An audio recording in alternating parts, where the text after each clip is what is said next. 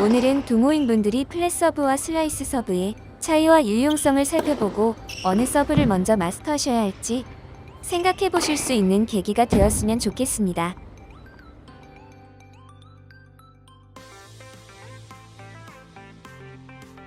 작년까지 제 막내보다 더 우세한 경기력을 보여줬던 애쉬의 가장 강력한 무기는 빠른 서브와 강한 포핸드입니다.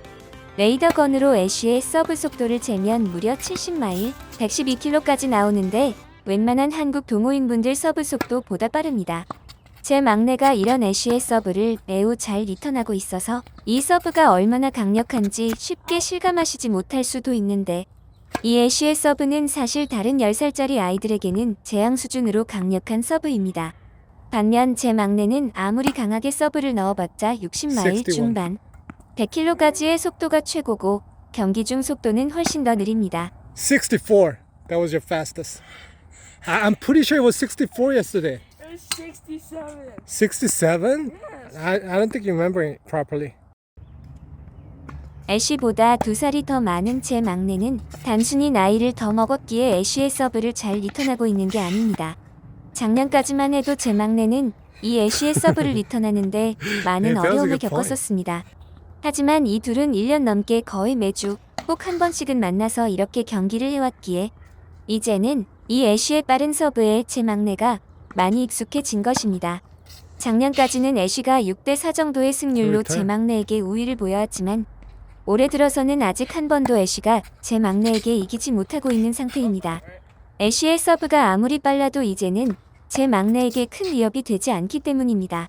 사실 초보자 테린이들의 시합에서 승패를 가르는 가장 큰 요인은 서브입니다. 선수들은 당연하고 동호인분들도 어느 쪽이 더 높은 확률로 더 빠른 퍼스트 서브를 넣느냐에 따라 승패가 갈리게 됩니다. 그런데 서브도 훨씬 더 약한 제 막내는 어떻게 애쉬에게 이기고 있을까요? 절대 스트로크가 더 강해서가 아닙니다. 포핸드와 백핸드 둘 다 애쉬가 더 Oh, 우세합니다. good point. 이 둘이 넣고 있는 서브의 성격이 승패를 가르고 있는 것입니다. 애쉬의 서브는 스핀이 거의 없는 플랫 서브이고 제 막내는 슬라이스 서브가 들어가고 있습니다. 이 둘은 평균적으로 매주 2번에서 3번 정도 테니스를 칩니다. 그렇기에 애쉬의 경우는 다른 수많은 동호인분들처럼 퍼스트 서브 성공률이 높을 수가 없습니다. 매일 같이 서브 연습을 하고 있는 게 아니니까요. 제 막내 역시 일주일에 2번, 주말에 토너먼트가 있으면 토너먼트 경기까지 앞에 3번 정도 테니스를 칩니다. 하지만 애쉬와 달리 제 막내의 퍼스트 서브 성공률은 매우 높습니다. 왜냐고요? 애쉬의 플랫 서브는 허용 오차 범위가 매우 작습니다. 공이 조금만 높게 형성되면 길게 나가 아웃이 되고 공이 조금만 낮게 깔리면 네트에 맞습니다. 반면 제 막내의 슬라이스 서브는 웬만하면 대충 다 들어가지는 서브입니다. 토스를 조금 낮게 하거나 아니면 너무 오른쪽으로 올렸거나 해도 웬만하면 들어가주는 너그러운 서브인 것입니다. 제 막내는 애쉬보다 서브를 더 잘 넣고 있는 게 아니라 애쉬보다 더 쉬운 서브를 넣어 승리하고 있는 것입니다. 슬라이스 서브는 첫 서브 성공률이 높은 것도 큰 도움이 되지만 또 다른 장점을 갖고 있습니다. 플랫 서브는 체력이 떨어지거나 해서 서브 속도가 낮아지면 이렇게 두드려 맞게 됩니다. 애쉬는 공격당할 걸 알지만 힘이 다 빠진 상태에서 뾰족한 방법이 없고 결국 자포자기하게 됩니다. 사실 애쉬를 위해 뭘 어떻게 해보라고 해줄 말도 없어서 저도 그냥 지켜보는 수밖에 없습니다. 반면 슬라이스 서브는 속도가 아닌 스핀과 공이 꺾이는 각도에 의존하는 서브라서 속도가 조금 늦어진다고 쉽게 공격당하는 서브가 아닙니다. 강한 힘이 필요하지도 않고 배우기도 쉬운 슬라이스 서브. 그런데 놀랍게도 요즘은 슬라이스 서브를 제대로 구사하는 동호인을 찾기가 어렵습니다. 슬라이스 서브 시범을 보여주시는 라이언 코치님. 슬라이스 서브는 공중에서부터 공이 휘어들어 가야 하는데 공이 많이 휘지 못하고 있어 약간 고전 중이십니다. 공이 휘지를 않으니 너무 바깥쪽을 겨냥해 서브를 넣으려 하셔서 서브를 쉽게 넣지 못하고 계신 모습입니다.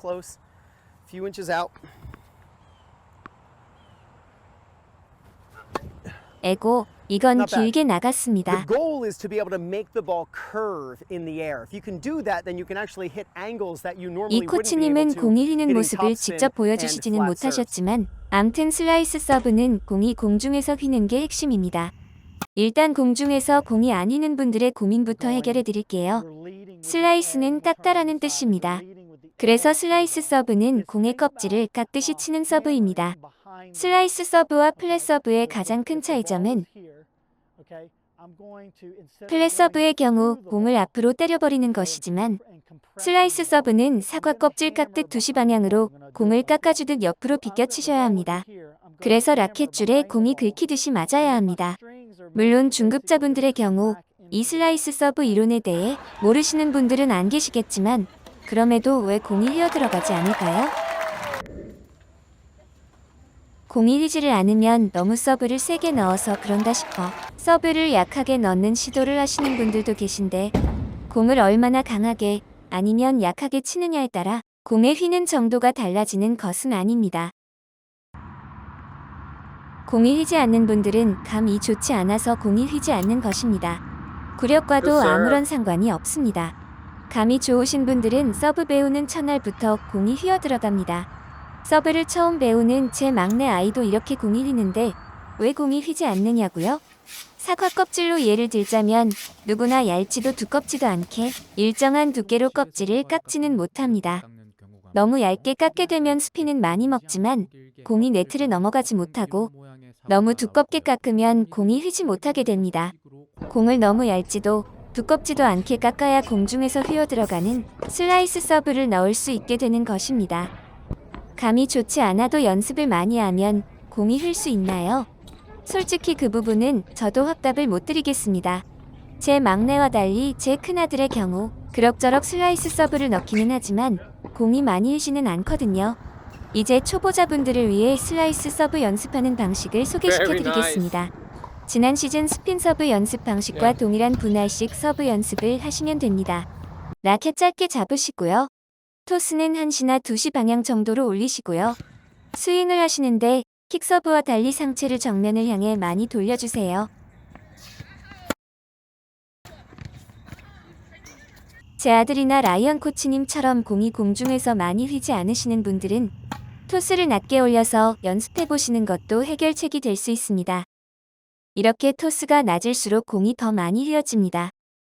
하지만 이렇게 다 해도 공이 휘지 않는 분들이 많이 계실 텐데요.